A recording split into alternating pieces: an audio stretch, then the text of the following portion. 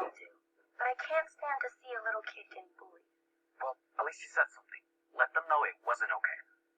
And now I've gotta calm myself down and start on new units?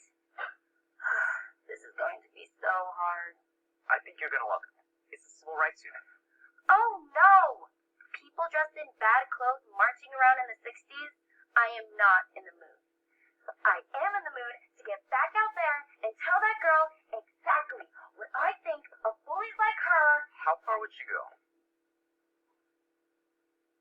What? How far would you go to protect that little kid? Or to stop a bully? That's the question we're trying to answer. That's what the fight for civil rights was all about. How far should people go to protect their rights?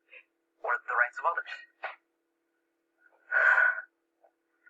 I hadn't thought of it like that. You know, I think this unit is going to mean a lot to me.